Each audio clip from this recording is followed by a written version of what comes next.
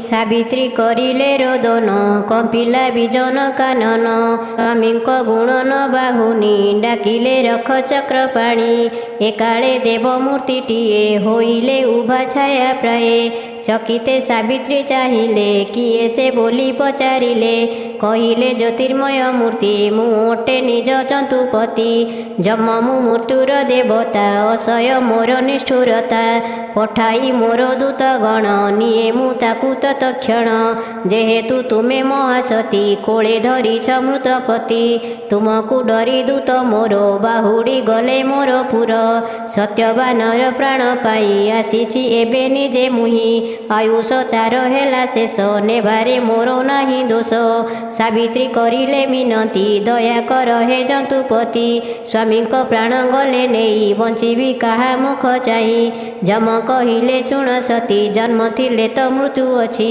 सहजे मृत्यु देव मुहि दयार माने न जाणई सत्यवान प्राण नहीं गले जे जम दूर होई फेरी चाहिले खंडे दूरे सावित्री आसंती पछरे जम कहिले हेल बाई वृथारे आस काहि पाई सावित्री कहिले गोसाई स्वामी पथे जात्री मुहि सती नारी मु पतिव्रता नाही मो आउ अन्य रास्ता तुमे तो निजे धर्मराज एतिकी कथा मने हेज जम कहिले शुण सती संतुष्ट हेली तुम प्रति सत्यवानर प्राण बिना जे बर माग हेब घेना सावित्री मागी नेले बर अंध अटंती मो ससुर लभंतु दुष्टि शक्ति सेई मागुची एही बर मुहि तथास्तु कही जम धीरे चलिले महिषी पिठीरे देखिले किछि बाट जाई सावित्री पिछा छाड़ू नाही कहिले जम देली बर पुणी कि पाई पिछा कर सावित्री कहिले गोसाई कि पुण्य करिथिली मुई देखिली तुमको नयने धन्य होइली ए जीवने तुमको छाड़ी जीवा पाई मन तो मोर बळु नाही से पाई चालिछि मु पछे दोष देउछ किंपा मिछे शुणी आनंदे जम देव कहिले आन बर माग सत्यवानर प्राण बिना जे बर माग हेब घेना सावित्री कहिले हे देव ससुरे हेउ राज लाभ तथास्तु कही जम गले सावित्री पुणी पिछा कले पछकु पुणी चाहि जम कहिले ए बड़ विषम देली तुमको बेनी बर काहींकि पुणी पिछा कर विनय कहिले सावित्री तुमे जे न्यायवंत अति न्याय तो देल नाही मते तुमको छाड़ीबी के मते ससुर सिना हेबे सुखी पिता जे मोर बड़ दुखी दुहिता दुही कूले हिता से पाई मोर बड़ चिंता तांकर सुसत पुत्र जन्म रखंतु वंशर गोत्र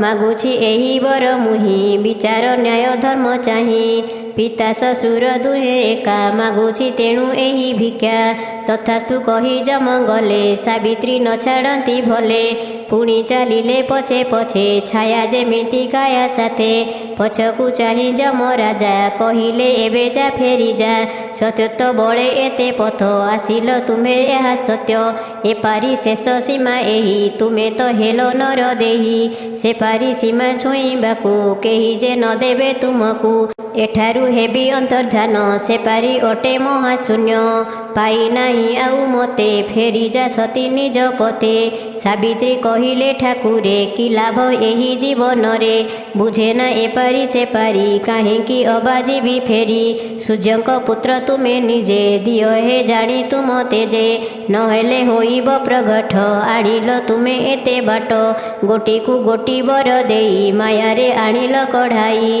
अबला प्रति अविचार नुहे तो उचित व्यवहार शुणी विचार कले जम एकता हेलाणी विषम कहिले शुण नारी बर चतुर्थ बर मागी पार सत्यवानर प्राण बिना जहा मागिब हेब घेना आउ मु किछि न शुणिबी तुरंत माग चली जीवी जम जे हेले तर बर सावित्री मागी देले बर स्वामी को ओरसरु मोर हुअंतु शहेटी कुमर तथास्तु बोली जम कही चालिले आगकु मुहाई पछरे धाइले सावित्री चकित हेले जम देखी क्रोधरे कहिले वचन सरिछि मोर वरदान वृथारे आस काहि पाई मोठारे प्रयोजन नाही कहूची शेष कथा मोर तुरंत फेरी जाओ घर। ମୋ କଥା କରିଲେ ଅମାନ୍ୟ ଭୋଗିବ ତାର ପରିଣାମ। ବିନୟେ ସାବିତ୍ରୀ କହିଲେ ମୋ କଥା ଶୁଣ ଟିକେ ଭଲେ। ତୁମେ ଯେ ସଞ୍ଜୀବୀ ପୁରୁଷ ଶୋଭେନା ତୁମଠାରେ ରୋଷ। ନିଜ ବଚନେ ନିଜେ ଭୁଲି କହୁଛ ଯିବା ପାଇଁ ଚାଲି। ସତ୍ୟ ହାରିବ ତୁମେ ଯେବେ କି ଯଶ ଅରଜିବ ତେବେ। ସ୍ୱାମୀଙ୍କ ଔରସରୁ ମୋର ଜନ୍ମ ନେବେ 100 କୁମାର। ଏ ବର ତୁମେ ତ ଦେଇଛ ସ୍ୱାମୀଙ୍କ ପ୍ରାଣ ନେଉଅଛ। ମୁଁ ଯେ ଅଟଇ ସତୀ ନାରୀ ସମ୍ଭବ ହୋଇବ କିପରି। ବରିବି କିବା ଆନପତି ଉତ୍ତର ଦିଅ ଜନ୍ତୁପତି। ଯମ ଯେ ହୋଇଲେ ଚକିତ କେମିତି ହାରିବେ ଯେ ସତ୍ୟ। ସେଇ ସତ୍ୟର ରକ୍ଷା ପାଇଁ ଯମ ଯେ ନିରୁପାୟ ହୋଇ କହିଲେ ସାବିତ୍ରୀଙ୍କୁ ଚାହିଁ ତୁମର ଜୟ ଅଛି ହୋଇ। ତୁମର ସତ୍ୟତ ବଳରେ ଜିତିଲ ଏହି ମହି ତଳରେ। ବିଷ୍ଣୁ ଯେମିତି ମାୟା ବେଳେ ମୋହିତ କରନ୍ତି ସକଳେ।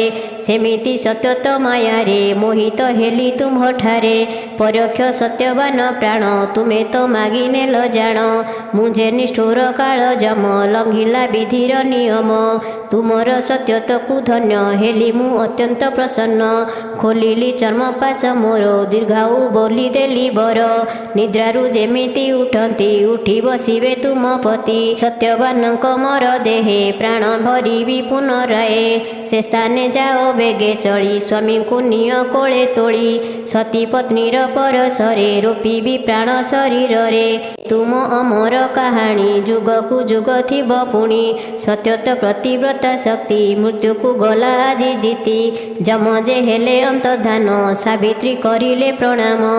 ଫେରିଲେ ମୃତ୍ୟୁ ସ୍ୱାମୀ ପାଶେ କୋଳକୁ ଆଣିଲେ ସନ୍ତୋଷେ। ସତେ କି କାଉଁରୀ ପାରସେ ଜହ୍ନକି ଉଠିଲା ଉଆଁସେ। ସତେ କି ନିଦରୁ ଉଠିଲେ କହିଲେ ସ୍ୱପ୍ନ ଦେଖୁଥିଲେ। ସେମିତି ଉଠି ସତ୍ୟବାନ ନିରେଖି ସାବିତ୍ରୀ ବଦନ। କହିଲେ ଏତେବେଳ ମୁହିଁ ଶୋଇ ରହିଲି କାହିଁ ପାଇଁ। ନ ପାଇ ଆମର ବାରତା କି କରୁଥିବେ ପିତା ମାତା। ଆମ୍ଭର ପଥେ ସୁକୁମାରୀ ଆସ ମୋ ବାମ କର ଧରି। ଏ ବନ ମୋର ପରିଚିତ ପଥ ଯେ ହେବ ଅନୁମତ। ସାବିତ୍ରୀ କହିଲେ ହେ ନାଥ ଆଜି ମୋ ପଥ ଆଲୋକିତ।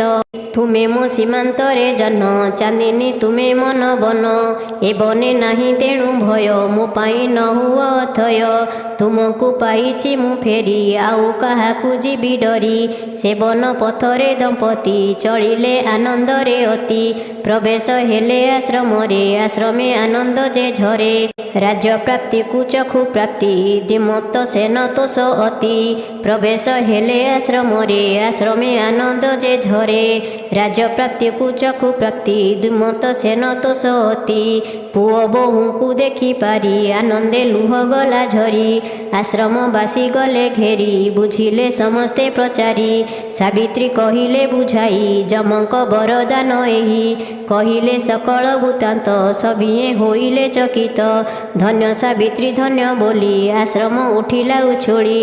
ତହୁଁ ରାଜକୁ ଫେରି ଗଲେ ଦିମତ ସେନ ରାଜା ହେଲେ। ଯୁବରାଜ ସେ ସତ୍ୟବାନ କିଣିଲେ ପ୍ରଜାକୁଳ ମନ। ରାଜବାସୀଏ ହେଲେ ଗୁଣୀ ସାବିତ୍ରୀ ଅମର କାହାଣୀ। ଏମିତି କିଛି ଦିନ ଗଲା ଜ୍ୟେଷ୍ଠ ମାସର ଅମାବାସ୍ୟା ହେଲା। ସୁମରି ଲକ୍ଷ୍ମୀ ନାରାୟଣ ସାବିତ୍ରୀ କରିଲେ ବିଧାନ। ପ୍ରଭାତୁ ସ୍ନାନ ସାରିଲେ ଘର ଅଗଣା ଶୌଚ କଲେ। ନଡ଼ିଆ କଦଳୀ ଖଜୁରୀ ଆମ୍ବ ପଣସ ଡାଲା ଭରି। ବିଭିନ୍ନ ପ୍ରକାର ଫଳରେ ଭୋଗ ବାଢ଼ିଲେ ଭକ୍ତି ଭରେ। ଦୁବରେ ବର କୋଳି ପତ୍ର ରଚିଲେ 7 କେରି ମାତ୍ର। ହଳଦୀ ରଙ୍ଗେ ନବସୂତା 7 ଖିଅରେ କଲେ ଗୁନ୍ଥା। ଭିଡ଼ିଲେ ଗଣ୍ଠି 7 ଗୋଟି ଲକ୍ଷ୍ମୀ ନାରାୟଣ ସମର୍ପି। ଦକ୍ଷିଣ ବାହୁରେ ବାନ୍ଧିଲେ ଅଭୟ ବାହୁଟିରେ ତୁଲେ। ଶଙ୍ଖା ସିନ୍ଦୁର ନୂଆ ଶାଢ଼ୀ ବିପ୍ରେ ଗାୟତ୍ରୀ ମନ୍ତ୍ର ପଢ଼ି। ଦେଲେ ଯେ ତାହା ମନ୍ତୁରାଇ ସାବିତ୍ରୀ ଅଙ୍ଗେ ଶୋଭା ପାଇ। ସ୍ୱାମୀ ସମେତ ଗୁରୁଜନେ ପ୍ରଣାମ କରି ଶୁଦ୍ଧ ମନେ। ସଭିଙ୍କୁ ପ୍ରସାଦ ବାଣ୍ଟିଲେ ସୁଚିତେ ଫଳ ଆହାରିଲେ। ଏ ବ୍ରତ ଆଚରେ ଯେ ସତୀ ହୋଇଲେ ଶତପୁତ୍ରବତୀ। ଲଭିଲେ ଅଷ୍ଟ ଐଶ୍ୱର୍ଯ୍ୟ ଜୀବନ କଲେ ଉପଭୋଗ। ବାହୁଡ଼ି ଶଙ୍ଖା ସିନ୍ଦୁରରେ ବାସ ଲଭିଲେ ସ୍ୱର୍ଗପୁରେ। ସଧବା ନାରୀ କେହି ତେବେ ଏ ବ୍ରତ ଆରମ୍ଭିଲେ ଯେବେ। ସାବିତ୍ରୀ ପରି ଭାଗ୍ୟବତୀ ହୋଇ ସେ ଲଭିବେ ସୁଖ୍ୟାତି। କୃଷ୍ଣଙ୍କ ମୁଖୁ ଏହା ଶୁଣି ଯୁଧିଷ୍ଠିର ଯେ ଯୋଡ଼ି ପାଣି।